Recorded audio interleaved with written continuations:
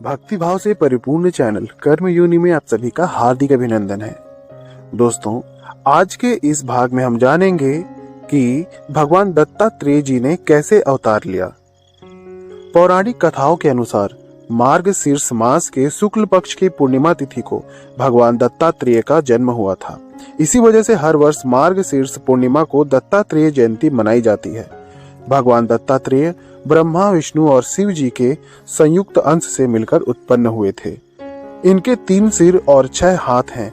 इनमें ब्रह्मा, विष्णु और शिव तीनों की ही शक्तियां और गुण समाहित हैं।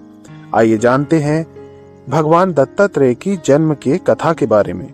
भगवान दत्तात्रेय का जन्म पौराणिक कथा के अनुसार एक बार नारद जी माता पार्वती के पास जाकर देवी अनुसुईया के पतिव्रता धर्म का गुणगान करने लगे।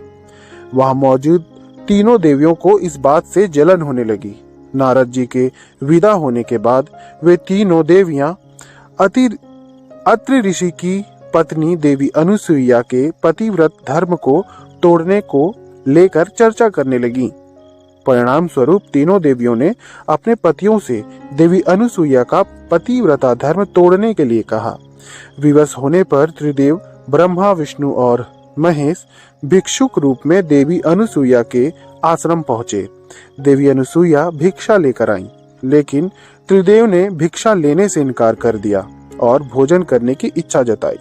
देवी अनुसुईया का मन उनकी बातों को सुनकर मान गया और भोजन बनाकर खाने के लिए बुलाया। त्रिदेव आसन पर बैठ गए और उन्होंने देवी अनुसुईया को नग्न होकर भोजन परोसने के लिए कहा।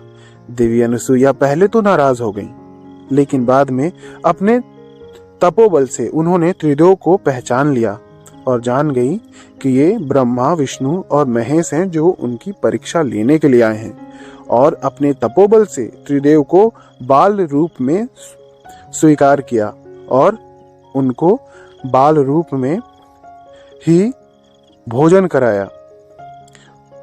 भोजन कराने के बाद माता अनुसुईया ने त्रिदेवों को भोजन कराने के बाद बाल रूप में ही बच्चे का रूप धारण किए हुए ब्रह्मा, विष्णु और महेश को पालने पर ही सुला दिया और माँ की तरह ही उनका लालन पालन करने लगी।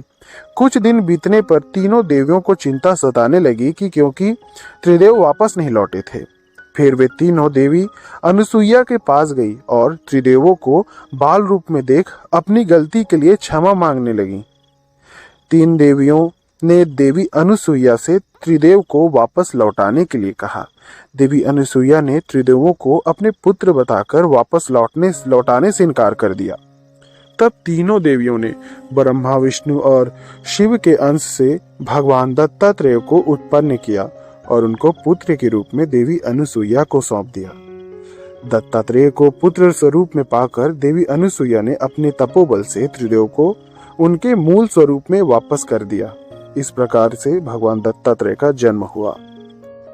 तो ये थी भगवान दत्तात्रेय की जन्म की कथा।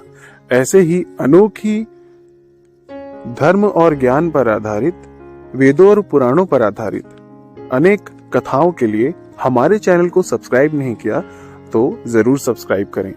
माता रानी आप पर और आपके पूरे परिवार पर यूं ही कृपा बनाए रखें। जय माता दी, जय माता दी, जय माता।